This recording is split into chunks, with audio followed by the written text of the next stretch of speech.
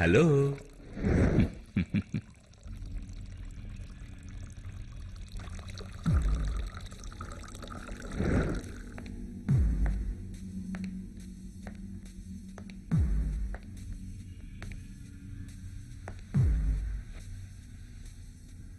My hearty congratulations. Super, అద్భుతం. అభినందిస్తున్నాను నీ తెలివితేటలకి. యుద్ధరంగంలోకి దిగితే కావాల్సింది ధైర్యం. ఆ ధైర్యం నీలో ఉందని నాకు తెలుసు. గాలి కుటుంబానికి నీ కుటుంబానికి మధ్య జరిగే పోరులో చివరిగా గెలిచేది ఎలుగుబంటి ఆనంద్ కొడుకువైన నువ్వే. వాళ్ళ వంశ గౌరవాన్ని నువ్వు మంటగలపాలి. ఈ జరగబోయే కురుక్షేత్ర యుద్ధంలో నువ్వు దుర్యోధనుడివి. నిన్ను అవమానించిన ఆ కలియుగ ద్రౌపది మీద నువ్వు పగ తీర్చుకోవాలి. ఈ కథలో నువ్వే హీరోవి. అందుకు ఇప్పుడు నువ్వు శకురిమావ సలహా పాటించాలి. నువ్వు నాకు ఎనలేని శక్తినిచ్చావు. Thanks, welcome. ఇప్పుడు నా మొహానికి బుల్డాగ్ మాస్క్ వేసుకున్నట్టుగా ఉంది. లైక్ ఏ ferocious hunting dog. Very good. ఇప్పుడు ఎవరినైనా గాయపరిచే ఆ శౌర్యం, కసి నీ మొహంలో నాకు కనిపిస్తున్నాయి. సుమన్ని పావుగా వాడుకుని నువ్వు ఆడిన ఈ అద్భుతమైన నాటకంతో ఆ గాలి కుటుంబం కోకటి వేళ్లతో నాశనమైపోవాలి. తోడబుట్టినవాడే ఏ బంధం అక్కర్లేదని తెగతింపులు చేసుకుంటే, సొంత తమ్ముడు మీదే హత్యా ప్రయత్నం చేసిందని ఎఫ్ఐఆర్ ఫైల్ చేస్తే ఆ ఝాన్సీ రాణి షాకు గురవుతుంది. సలహా ఇచ్చినందుకు థ్యాంక్స్. ఊరికే క్లాస్ పేయకుండా ఇక జరగబోయేదేంటో చూస్తూ ఉండు. ఆ గాలి కుటుంబానికి సరైన గుణపాఠం చెప్పే సత్తా నా ఒక్కడి చేతిలోనే ఉంది. నేనొకసారి కమిట్ అయ్యానంటే వెనకడిగే వేయను.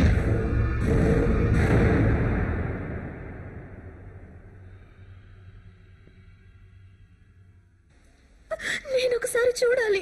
సుమన్కి ఏం అవ్వదు, ధైర్యంగా ఉండు. చూడాలి. చూతూ గాని చూడమ్మా, ఎందుకు ఎందుకు నీ తమ్ముడిని చంపించాలనుకున్నావు? ఎందుకు చేసావు చెప్పు. నన్ను ప్రేమించినందుకు నీ తమ్ముడి మీద ప్రతీకారం తీర్చుకున్నావా? ఇలాంటి పని చేయడానికి నీకు మనసు ఎలా వచ్చింది? నీకు మా నాన్నకి ఉన్న పగకి మమ్మల్ని బలి తీసుకోవాలనుకుంటున్నావా? నువ్వంటే నాకు సుమన్కి ఎంత ఇష్టమో తెలుసా? నా సుమన్ అమాయకుడు. తన మనసు నాకు తెలుసు. ఇవాళ కాకపోతే రేపైనా అంతా కలిసే రోజు వస్తుందని చెప్పేవాడు. వదినా, ఏంటమ్మా నువ్వు మాట్లాడుతున్నది? నేను నా తోడబుట్టిన తమ్ముడిని. ఓడబుట్టిన తమ్ముడిని కూడా చంపగలవే? చంపగలవు, చంపించగలవు. నా తమ్ముడిని ప్రేమించినట్టు నటించి నా గుండెను కోసావు కదే, మర్చిపోలేను నేను. నేను చంపించాను? అవును, రౌడీలకు డబ్బులిచ్చి నువ్వే చంపించావు కదే. ఇంత చిన్న వయసులోనే నా కూతురు విధవ కాకుండా ఆ ఈశ్వరుడే కాపాడాడు. నోరు పోయిరా. మండుతున్న అగ్నిలో ఆజ్యం పోయడానికి వచ్చావా? నా సంగతి నీకు తెలీదు, జాగ్రత్త. నా అక్క గురించి లేనిపోని మాటలో మాట్లాడావంటే నేను ఏం చేస్తానో నాకే తెలీదు. ఝాన్సీ రాణ్ణి అరెస్ట్ చేయాలి. ఎందుకని? హత్యా ప్రయత్నం. సొంత తమ్ముణ్ణి రౌడీలతో కొట్టించి హత్య చేయాలని చూశాను.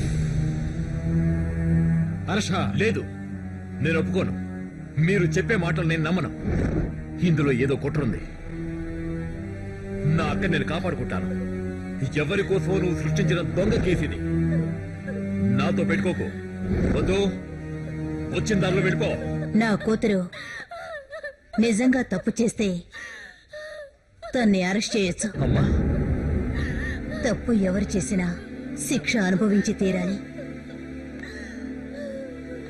ఆ అమ్మాయి ఏడుస్తూ మాట్లాడింది నేనిక్కడి నుంచొని వింటూనే ఉన్నాను. తన కన్నీళ్లకి, పడుతున్న బాధకి నువ్వేం సమాధానం చెప్తావో చెప్పు. ఇవన్నీ నువ్వు కూడా నమ్ముతున్నావు కదమ్మా.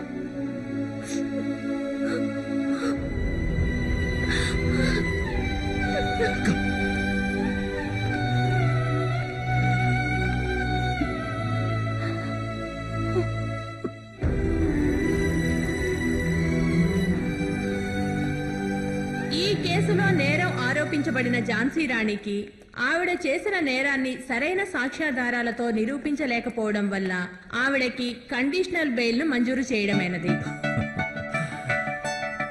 That's great.